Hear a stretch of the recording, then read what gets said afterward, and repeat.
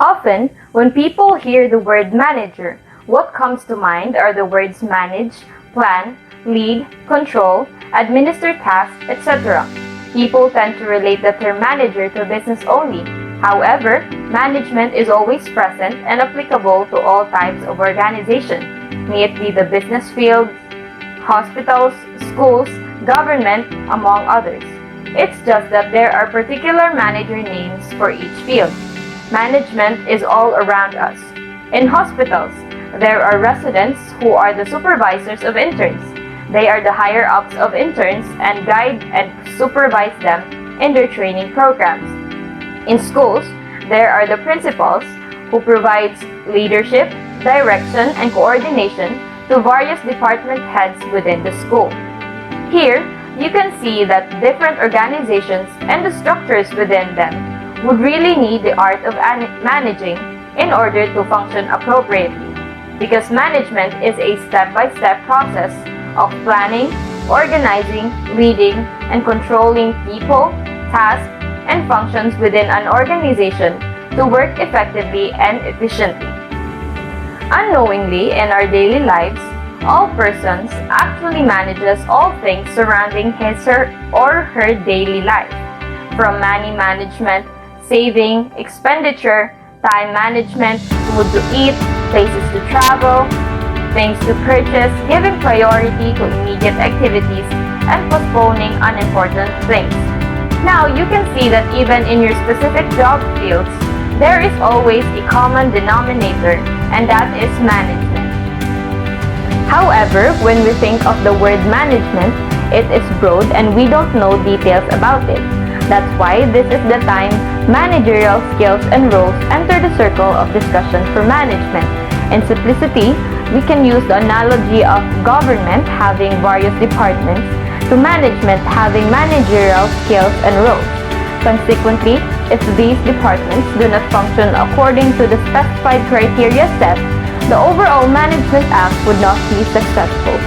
First and foremost, let us first define what are managerial skills and roles before we delve into how these factors contribute to becoming successful managers. And what is one thing about these that will make you say, I want to be a manager in the future? In order to successfully plan, organize, lead, and control an organization, one must have the skills appropriate to the managerial function demands. Future managers must have skills to do things proficiently. There are three categories relevant to managerial skills. The first one is the technical, second is the human relations, and third is the conceptual skills. And the degree to which these skills are needed depends on the position or level of a manager you are. As future managers, the ability to apply your knowledge and expertise technically or in a practical format is what it means to be a technically skilled manager. You should see to it that not only are you good at critical thinking, but also see to it that you have the capability to use your physical body to do work. Second managerial skill is the human relations. You have the best ideas, you have the best skills, and you learn the best knowledge, but you don't know how to deal with people, how to understand the human behavior, how to communicate with your people effectively, and how to motivate your employees. Then, all of your ideas, skills, and knowledge are useless, for people or the employees are one of the most important factors in management. If there are no employees, then work cannot be done. Lastly is the conceptual skills. The other two skills mentioned would not come to place without conceptualization.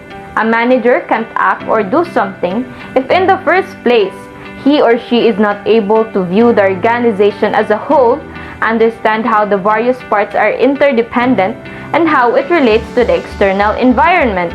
Managerial roles are a set of organized behaviors. To meet the demands of performing managerial functions, managers assume multiple roles. For example, in a school setting, class officers are assigned to manage the daily activities of a class. Accordingly, there are various roles comprising the class officers, the president, vice president, secretary, etc. And because there are specific demands asked, that is why there are roles assigned.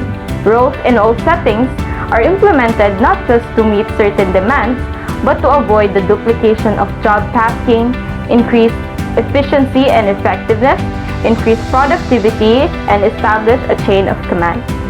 Just like managerial skills, managerial roles are divided into three categories also, namely interpersonal, informational, and decisional roles, wherein specific objectives of each are as to be mentioned respectively. For the interpersonal, link all managerial work. For the informational, ensure that factual and updated information are provided. And for the decisional, is to make use of information gathered to make decisions for the betterment of the organization.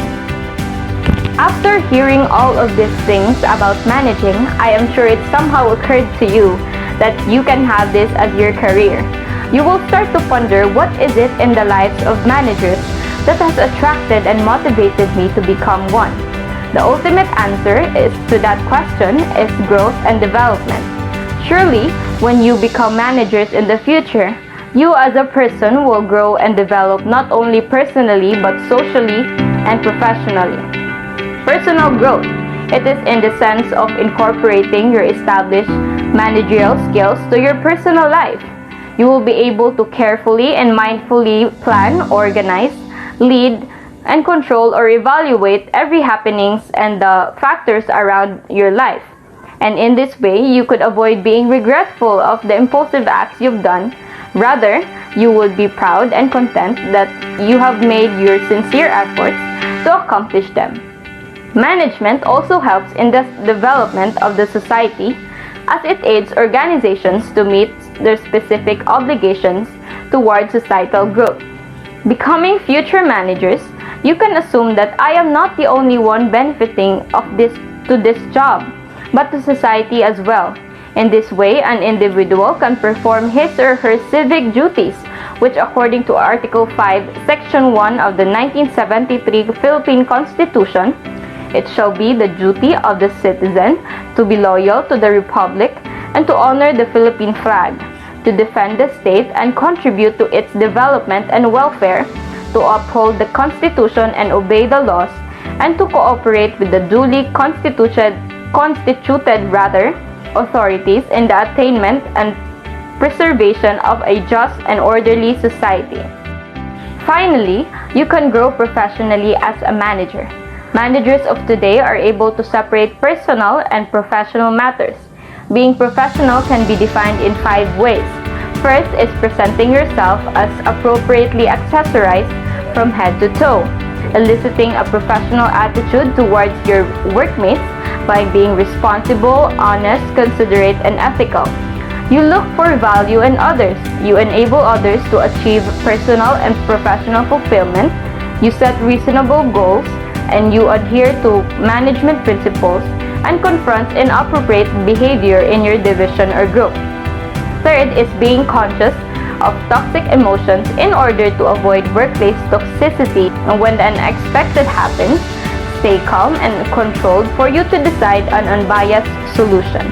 You as a manager knows how to delegate responsibilities, gives credit when credit is due, and acknowledge employees' contributions and apologize when a mistake is done. Lastly is to be credible by aligning your actions to your words. Overall, one thing that I can leave to you is that management is always around us. It will not vanish, but it will continue to grow and prosper. There is beauty in management which might attract you to become one. You are the manager of your life. There may be rough paths, but always remember that roses have thorns. So take charge and choose to promote togetherness growth. Live, learn, and be happy during the process and achieve the best you can.